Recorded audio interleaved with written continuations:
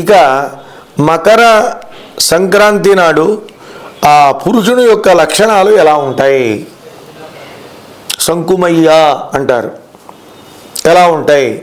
దాన్ని బట్టి మన దేశ పరిస్థితులు కూడా ఎలా ఉంటాయి? వీటిని మనం తెలుసుకుందాం. అష్టకర్ణో విశాలాక్షః లంబభ్రూదీర్ఘనాసికః అష్టబాహుః చతుర్వక్త్రః సంక్రాంతేః పురుషాకృతిః.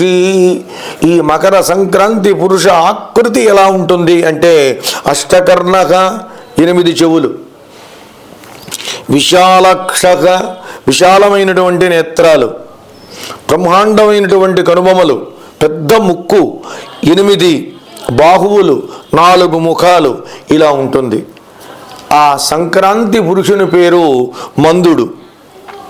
ఇతడు వేపాకు నీటిలో స్నానం చేస్తాడు, నల్లని వస్త్రాలు ధరిస్తాడు, లాక్షాగంధాన్ని పూసుకుంటాడు, పువ్వులు ధరిస్తాడు, గోమేధికంతో కూడినటువంటి ఆభరణాల్ని ధరించి సీసపాత్రలో పాలను త్రాగి ఆయన చేసేటువంటి పని ఏమిటి అని అంటే రేగి పండ్లను తింటాడు.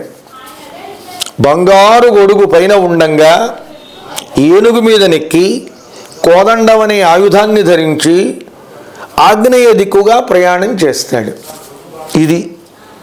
దీనివల్ల ఏమిటి? ఈయన ఇలా ప్రయాణం చేయటం వల్ల, ఈయన ఇలా ఉండటం వల్ల అంటే ప్రజలందరికీ కూడా అనారోగ్య సమస్యలు వచ్చే ప్రమాదం ఉంది. అంతేకాదు రాజులకు అంటే అధికారులకు భయాలు పెరిగే అవకాశం ఉంది.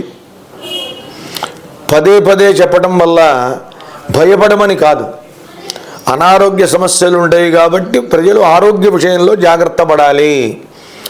అధికారులలో భయం పెరిగే అవకాశం ఉంది కాబట్టి భయాన్ని కలిగించే స్థితులు ఏమైనా వస్తున్నాయా అని ముందే డేగ కంటితో మొత్తం చూసుకుంటూ ఉండాలి దేశాన్ని లేక రాష్ట్రాన్ని.